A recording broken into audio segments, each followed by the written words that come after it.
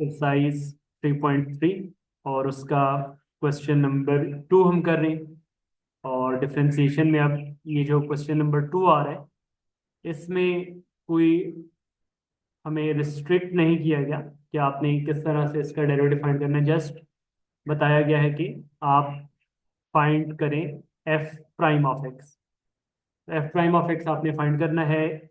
इसमें हमारे पास जो पार्ट्स हैं, इसका बी पार्ट देख लीजिए। तो बी पार्ट है हमारे पास, फंक्शन इक्वल है x+2 whole square upon x sir minus. इसका पार्ट सी और डी कर लेते हैं। अच्छा, बी और ए कर लेंगे आप। जी ए भी मैं कर लूंगी, सी और डी करा दूंगी। चलिए ठीक हो गया। इसका जो सी पार्ट है उसे देख लीजिए। सी पार्ट में हमारे पास है f of x is equal to 2x-5 upon x-4 whole power 4। इसमें आपकी मर्जी है, चाहे तो आप चेन रूल को फॉलो करें या चाहे डायरेक्टली सॉल्व कर लें। ठीक है, तो जैसे हमने क्वेश्चन नंबर 1 में चेन रूल को फॉलो करके किया, अब हम इसको डायरेक्टली कर रहे हैं। तो डायरेक्टली करने के लिए जस्ट आपने दोनों साइडों पे ऑपरेटर ऑपरेट करने। तो F prime of x find करने, तो जाहिर बात है फंक्शन एक्स के ऊपर डिपेंड कर रहे हैं, तो हम दोनों साइडों को डिफरेंशिएट करेंगे विद रिस्पेक्ट टू एक्स। तो आप इसको with respect to x differentiate करेंगे तो ये बनेगा d/dx of f of x is equal to d/dx of 2x-5 upon x-4 whole power 4। अब जब होल पावर 4 आ रही है तो किसी भी फंक्शन में होल पावर हो तो हमें पता है कि उस पे क्या अप्लाई होता है, पावर रूल। अब होल पावर है तो पावर रूल कैसे अप्लाई होगा, पावर स्टार्ट में और पावर में से 1 माइनस। तो 4 में से 1 माइनस करेंगे तो 3 आ जाएगा। उसके बाद हमने आगे क्या पढ़ा था कि पावर स्टार्ट में पावर में से 1 माइनस करने के बाद आपने फिर पावर की बेस का अगेन डेरिवेटिव भी लेना है। वो सारे केसेस में वो 1 आ जाता था। अब यहाँ पे देखिए वो हमारे पास 1 नहीं आ रहा, बल्कि उसको डिफरेंशिएट करने के लिए हमें प्रॉपर एक और रूल अप्लाई करना पड़ेगा, that is called quotient rule. तो अब यहाँ पे ये जो टर्म है ये तो लास्ट में साथ में एज इट इज चलती रहेगी।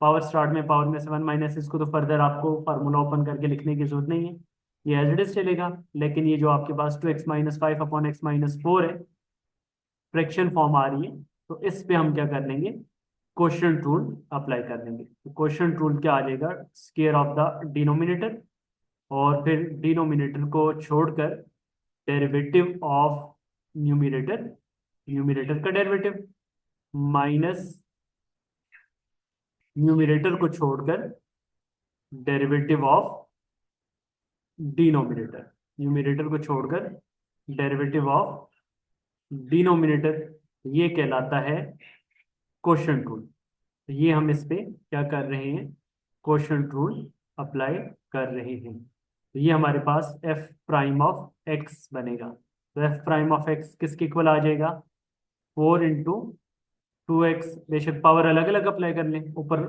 पावर 3 अलग आ जाएगी और डिनोमिनेटर में पावर अलग 3 आ जाएगी।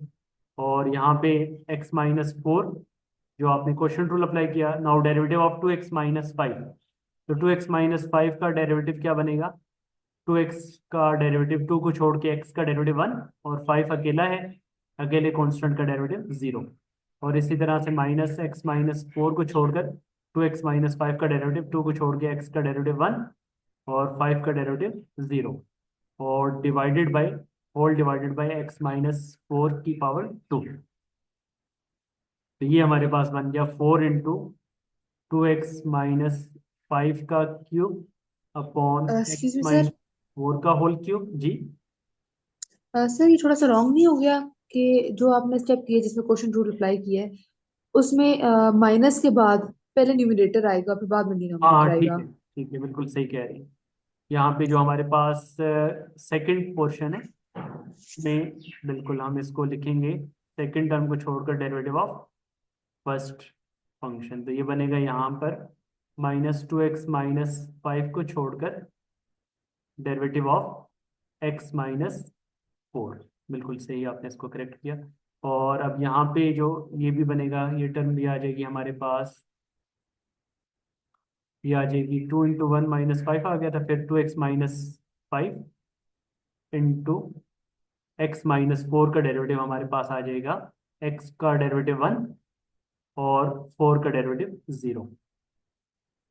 फर्दर नेक्स्ट अब हम इसको सिंप्लीफाई कर लेंगे, तो x-4 2 से मल्टीप्लाई होगा तो ये हो जाएगा 2x-8, और वो -2x-5 1 से मल्टीप्लाई होगा तो -2x+5 आ जाएगा, और डिवाइडेड बाय x-4 का होल स्क्वायर आ गया। तो ये हमारे पास f प्राइम ऑफ x आ गया। तो f प्राइम ऑफ x हमारे पास, फर्दर इसकी कटिंग कर लें तो +2x और -2x ये कैंसिल हो गया, तो -8 + 5 कितना आ जाएगा, -3। वो -3 बाहर वाले 4 से मल्टीप्लाई होगा तो -12 आ जाएगा, और इसके अलावा 2x-5 की पावर क्या आ रही है, 3 आ रही है, और नीचे x-4 का क्यूब x-4 के स्क्वायर से मल्टीप्लाई होगा, बेसिस सेम है तो पावर्स ऐड हो जाएंगी, तो होल पावर 5 आ जाएगी। तो ये हमारे पास सी पार्ट का फाइनल आंसर आ जाएगा। क्वेश्चन नंबर 2 का डी पार्ट है। तो डी पार्ट में भी बिल्कुल सेम यही कॉन्सेप्ट हमने अप्लाई करना है। फंक्शन हमारे पास है x × 2x² + 11, और इसको आप चेन रूल से भी कर सकते हैं और डायरेक्टली भी डिफरेंशिएट कर सकते हैं। तो जब डायरेक्टली आप डिफरेंशिएट करेंगे तो ऑपरेटर ऑपरेट कर देंगे। एक फंक्शन है x और दूसरा फंक्शन है x अंडर रूट, दूसरा फंक्शन है √2x² + 11। तो दो फंक्शंस जब आपस में मल्टीप्लाई हो रहे हैं तो वो will apply power rule, product rule sorry. तो ये एक फंक्शन है और ये दूसरा फंक्शन है, तो इस पे हम क्या कर देंगे, प्रोडक्ट रूल अप्लाई कर देंगे। तो प्रोडक्ट रूल क्या है, फर्स्ट फंक्शन को छोड़कर derivative of second function plus second function को छोड़कर डेरिवेटिव ऑफ फर्स्ट फंक्शन। तो ये बनेगा पावर रूल, इस पे आप लगा दें। सेकंड वाले को जब डिफरेंशिएट कर रहे हैं तो ये पावर रूल आएगा, पावर स्टार्ट में पावर में से 1 माइनस और पावर की बेस का अगेन डेरिवेटिव, और इसी तरह से प्लस सेकंड फंक्शन तो एज इट इज है √2x² + 11, और x का with respect to x derivative क्या आ गया, 1। तो ये हमारे पास बनेगा, जो पावर नेगेटिव है उसको अगर हम नीचे लें तो पॉजिटिव हो जाएगी, तो अंडर रूट की फॉर्म में हम लिख सकते हैं 2x² + 11, और जब 2x² + 11 का डेरिवेटिव आपने लिखा तो 2 को छोड़ के x² का डेरिवेटिव 2x और 11 का डेरिवेटिव 0, और प्लस ये आ गया √2x² + 11। तो 2x, एक 2 बाहर वाले 2 से कट जाएगा, तो ये हमारे पास बनेगा f prime of x is equal to 2 cut गया तो ये बन गया 2x² अपॉन √2x² + 11, और प्लस √2x² + 11। अब इसका हम एलसीएम ले लेंगे, तो एलसीएम में आ जाएगा √2x² + 11, और ये आ जाएगा 2x² + √2x² + 11 का